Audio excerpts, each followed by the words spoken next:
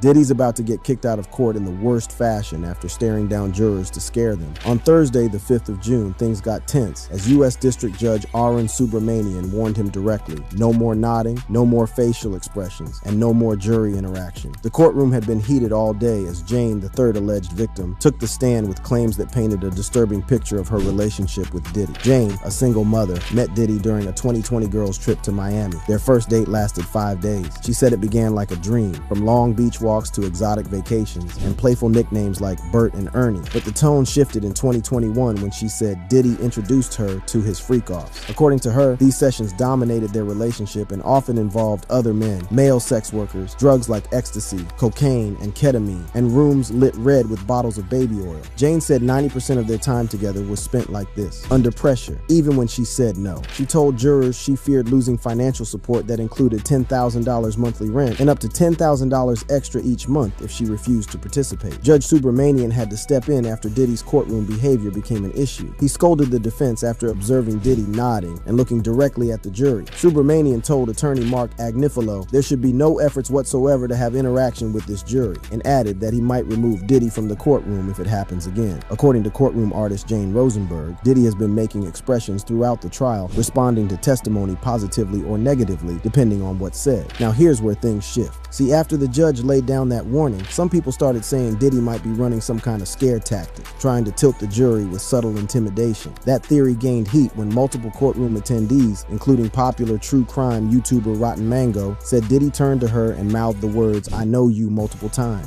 Another journalist even urged her to speak on it publicly. And this ain't just paranoia. Her team reportedly had to change hotels multiple times because unknown people were harassing them outside the courthouse, asking where they were staying. This kind of thing matters, because if true, it shows Diddy's not just trying to win legally, he might be trying to win by fear. Jurors, press, and even public observers might feel pressure just by knowing how much reach this man has. One Reddit user even put it straight: "I'd be legit scared up there as a normal person." And then there's Kid Cudi. The court heard earlier testimony from Cudi himself saying Diddy broke into his crib after finding out he was dating Cassie back in 2011. Weeks later, Cudi's Porsche 911 was firebombed. A Molotov cocktail was found on the seat. Photos of the charred interior were shown to the jury. Cassie had testified earlier that Diddy threatened to blow up Cudi's car. Cudi told the court, "I knew he had something to do with it." And though the judge told the jury to disregard that line, the image was already set. Diddy was the type to find you if he wanted. That day in court didn't begin with Jane, though. It opened with continued cross-examination of Brianna Bongolan, a longtime friend of Cassie Ventura. Bongolan had previously testified that in 2016, Diddy dangled her off a 17th floor balcony and slammed her into a coffee table while shouting, "You know what the f you did?" Defense attorneys tried to challenge her credibility, suggesting the attack never occurred. They introduced hotel records showing Diddy was at the Trump International Hotel in New York during the time frame and brought up his attendance at a Boys and Girls Club event on the same day Bongolan claimed she took photos of her injuries. Defense attorney Nicole Westmoreland grilled Bongolan hard, pointing out inconsistencies and accusing her of lying. Bongolan held her ground, saying she had no doubt Diddy had held her over that balcony. Prosecutors followed up by showing a text message Cassie allegedly sent to Bongolan on September 30th, 2016, referencing the choking and balcony incident. The trial is now in its 4th week, and it'll be crazy if we hear next that Diddy was sent out.